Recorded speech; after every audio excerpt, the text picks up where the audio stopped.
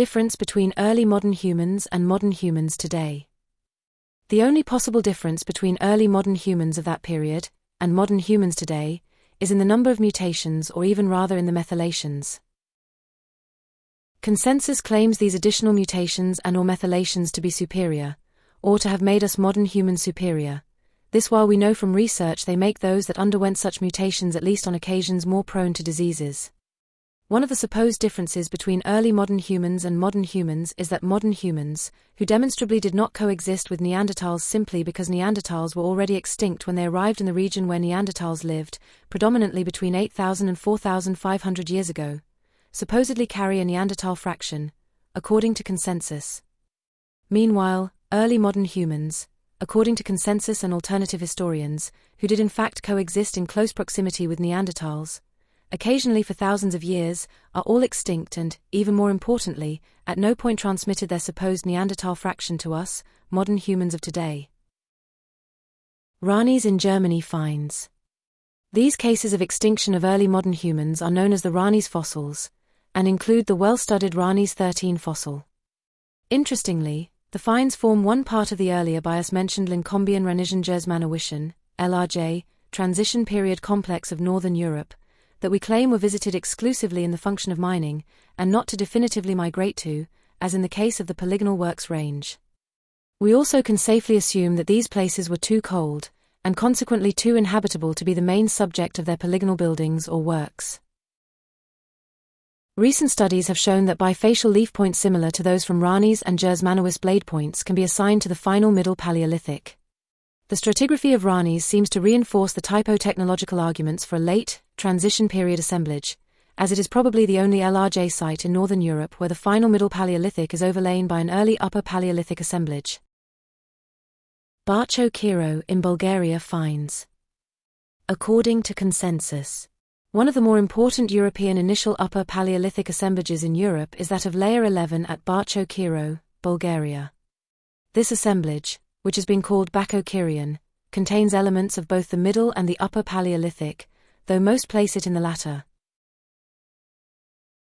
The technology is levalloy, and retouched points are common, but there are also Upper Paleolithic types, and the use of non-local raw materials represents a complete break from the Middle Paleolithic.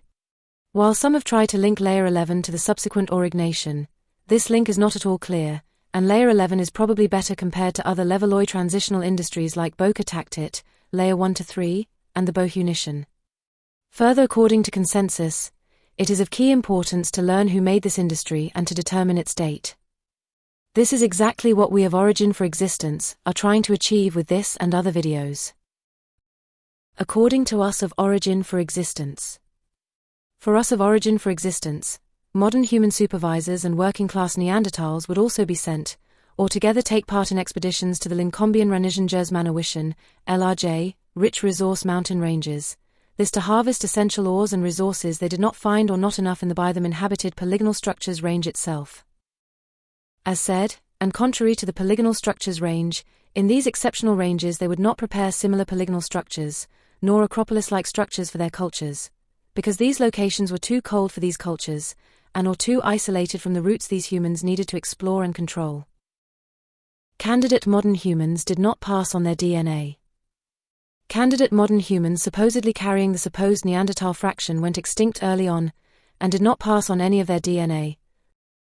Consequently also did not pass on their supposed Neanderthal-Fraction from supposed interbreeding with Neanderthals. Consequently, these supposed modern humans and candidate proof of the Neanderthal-Fraction hypothesis do not at all confirm this Neanderthal-Interbreeding hypothesis, which is essential for consensus in general, and specifically for the out-of-Africa hypothesis. Some of our most advanced and renommated scientists point out all of our above hypotheses, this ever so more clearly, but consensus and alternative historians keep on negating the absolute improbability of what they go on promoting on almost daily basis. This to the general public. Because of this long-term and ongoing misinformation, we 8 billion so-called modern humans keep on missing the evidence of what the past and our past could teach us, and what could make us humans thrive, and also keep us healthy. Support from South America. Coming back to the polygonal structures range migrating humans. Most probably, and if necessary, they would get continuous support from their origin culture in South America. as well as the whole of their Atlantis-like culture. Consequently, no others except these Aurignacian-Culture people and their related classes would be in place and in power and control in this range. This so during the period here in focus between 47,000 to 41,000 years ago. The next step would be further expanding to the east of the Mediterranean and behind, of which evidence exists. Please comment with your doubts and remarks, as we pretend to complete or to remake this same video, for it to become more useful and or understandable for you and others. Also ask for more or better illustrations and or proofs, if this need would exist. Thank you.